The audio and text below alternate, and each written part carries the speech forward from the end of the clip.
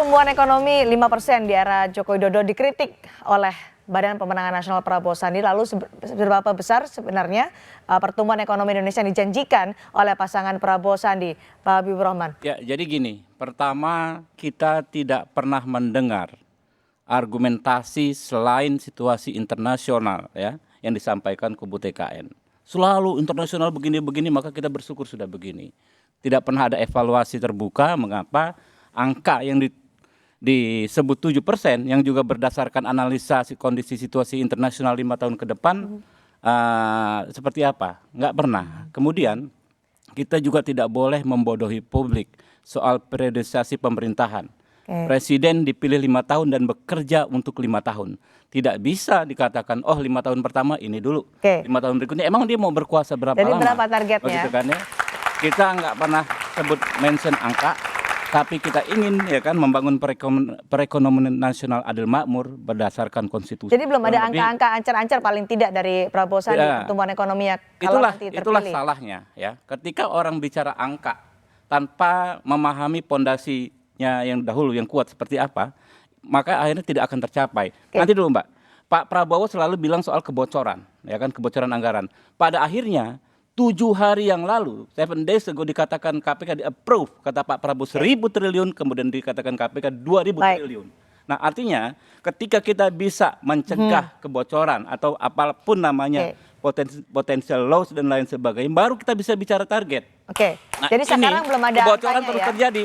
Kebocoran terjadi hingga saat ini bahkan sepertinya meluas ya. Praktek korupsi terjadi, OTT terjadi. Ya tadi yang disampaikan Pak Habibur Rahman soal alasan international economic atau global economic ya, ekonomi global itu hanya sebagai sebagai ukuran saja. Tetapi kalau kita melihat di masyarakat, ini kan pemerintah menjaga ketersediaan, kemudian jangkauan harga juga oleh masyarakat untuk semua lapisan masyarakat kan juga tetap terjaga. Artinya tetap bisa membeli apa yang menjadi kebutuhan masyarakat, dan itu yang terpenting. Itu terus menerus dipertahankan dan ditingkatkan, dan juga berbagai program intervensi dari pemerintah, misalnya soal dana desa Mbak.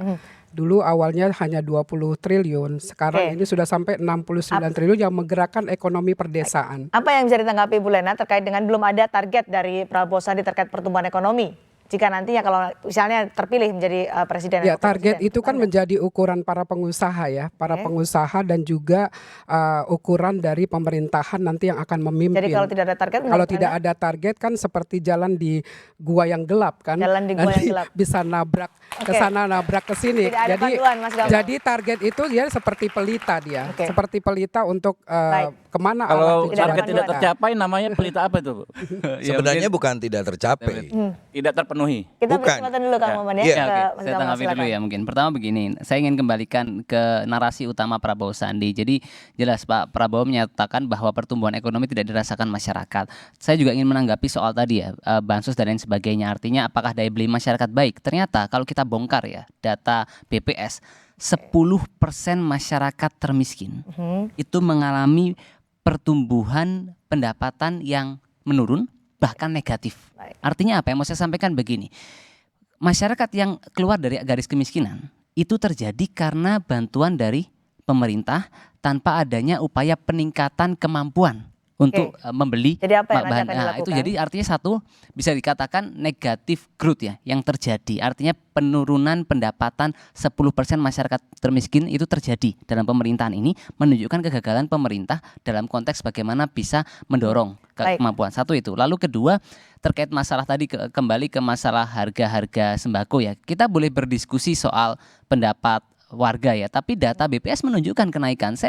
Kita lihat semua 4 yang utama tadi ya. Telur itu naik dari 18.500 ke 23.000. Daging ayam naik dari 34.000 ke 43.000. Daging sapi naik dari 94.000 ke 107.000. Angka-angka itu bayangkan, tapi pendapatan masyarakat kita stagnan. Bahkan ASN ya, gajinya selama 4 tahun tidak mengalami peningkatan. Soal dengan pertumbuhan ekonomi, karena ini sering dikritik oleh Prabowo Sandi. Pertumbuhan ekonomi disebutkan kalau tidak ada angka yang paling tidak perkiraan seperti berjalan di gua yang gelap. Jadi begini, kalau target. Jadi kita itu harus berorientasi pada cara, itu lebih utama. Karena sebentar, masyarakat melihat bahwa Pak Jokowi menyampaikan janji 7%. Di RPJMN juga menyampaikan janji 7% sampai bahkan di atas itu. Tapi realisasinya kan 5%. Buat apa memberikan sebuah target janji tapi tidak direalisasi? Nah, Baik. kedua, saya masuk penting yang ini poin yang lebih penting. Oke, Bagaimana kita beri kesempatan Mas Oke, Adil. silakan.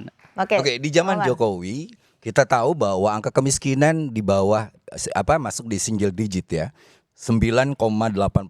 Ini tidak pernah ada di rejim manapun. Yang kedua, kita lihat bahwa pertumbuhan konsumsi kita stabil di 5,05% dan investasi meningkat. Nah, saya ingin mengkritik 02 yang selalu katanya si Ibu Anu. Kita punya BPS, maka ukuran dalam bagaimana kita lihat pertumbuhan ekonomi, daya beli masyarakat, lihat BPS dong. Saya keliling kemana-mana mengadakan acara bazar murah dan sebagainya. Rakyat ternyata seneng kok, daya beli kita kuat dan sebagainya. Jangan jadikan rakyat 1-2 orang itu menjadi komoditas. Termasuk bagaimana pengentasan kemiskinan yang dilakukan oleh Jokowi, itu jelas dimulai. Misalnya kita cari apa penyebabnya sampai pendistribusian itu ada yang tidak sampai, ada bukan secara keseluruhan.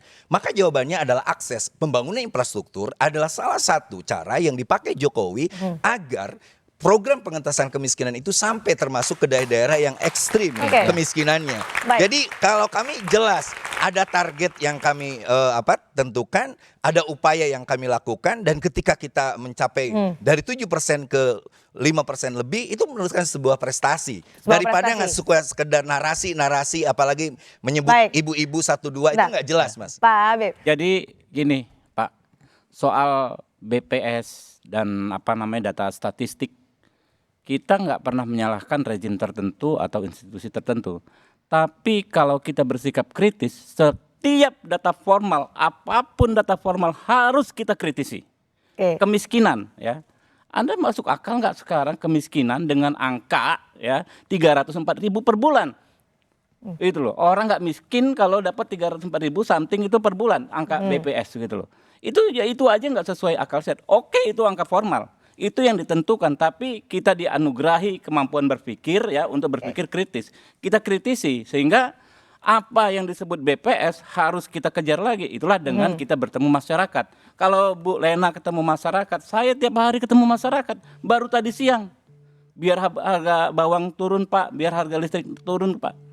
Oke, jadi cara yang disampaikan ditawarkan ke apa masyarakat. nanti untuk pada debat ini? Cara-cara kan tadi Mas Gamal menyebutkan tidak ada target, tapi cara-caranya. Oke, saya akan sebutkan karena ini baiknya. Begini, ada 3 poin mau saya sampaikan ya. 1, kartu sembako murah itu sebetulnya adalah kesadaran pemerintah bahwa harga sembako hari ini tidak stabil. Karena kalau harga sembako stabil dan terjangkau tidak perlu mengeluarkan kartu sembako murah. Lalu kedua, kartu sembako murah hanya akan dinikmati oleh sebagian warga. Tidak mungkin seluruh masyarakat Indonesia. Tapi orientasi Prabowo Sandi untuk menstabilkan harga dan membuat terjangkau akan dinikmati oleh semua warga. Caranya ada 4 hal yang akan kami lakukan. 1, penguatan produksi dalam negeri. Kedua, kami akan melakukan penyederhanaan rantai distribusi. Lalu ketiga, kami akan melakukan penguatan pasar tradisional. Dan keempat, kami akan mengembangkan food station sebagai upaya untuk menstabilisasi harga cara-cara hari itu, ini. Pak Oman? Iya, itu cara yang akan dilakukan oleh 02. Jokowi sudah melakukannya. Kalau kita tahu bahwa dana desa, misalnya untuk melakukan manajemen yang baru soal pasar tradisional, datanglah ke tempat-tempat. Misalnya di dapil saya, Jabar 9, Subang, Sumedang, Majalengka. Kita lihat bagaimana pasar tradisional itu hari ini betul-betul menjadi sebuah pasar yang nyaman, tempat di mana hubungan atau komunikasi transaksi antara pedagang dan pembeli betul-betul terjamin dan daya beli kuat. Jadi kalau 02 akan dan belum tentu mengerti apa yang dilakukan, Jokowi telah melakukan itu dengan baik. Oke, saya boleh tanggapi ya. Oke, gini, kita boleh berdiskusi ya. Tadi data yang saya sampaikan soal kenaikan harga semua itu data dari BPS ya, artinya ada kenaikan. Lalu kedua, kita cek survei tapi lihat dari inflasi juga dong. Oke, iya, tapi inflasi negara lain juga boleh kita bandingkan. Negara lain inflasi jauh lebih rendah. Lalu ketiga, nah kita lihat aja data lembaga survei. CSIS mengatakan 29% ya masyarakat mengeluh masalah harga yang tidak stabil. Itu adalah kekecewaan terbesar masyarakat. Kita lihat survei Kompas, Litbang Kompas ya. Itu ketika mensurvei mereka menunjukkan 2/3, 64% anak-anak milenial hari ini kecewa dengan pengendalian harga pemerintah. Dari indikator itu saya pikir kita menggunakan data sebagai referensi untuk menjadi people voice. Kami itu bukan suara kami, itu suara masyarakat. Walaupun sering ditentang oleh pemerintah, pertanyaannya kami percaya siapa?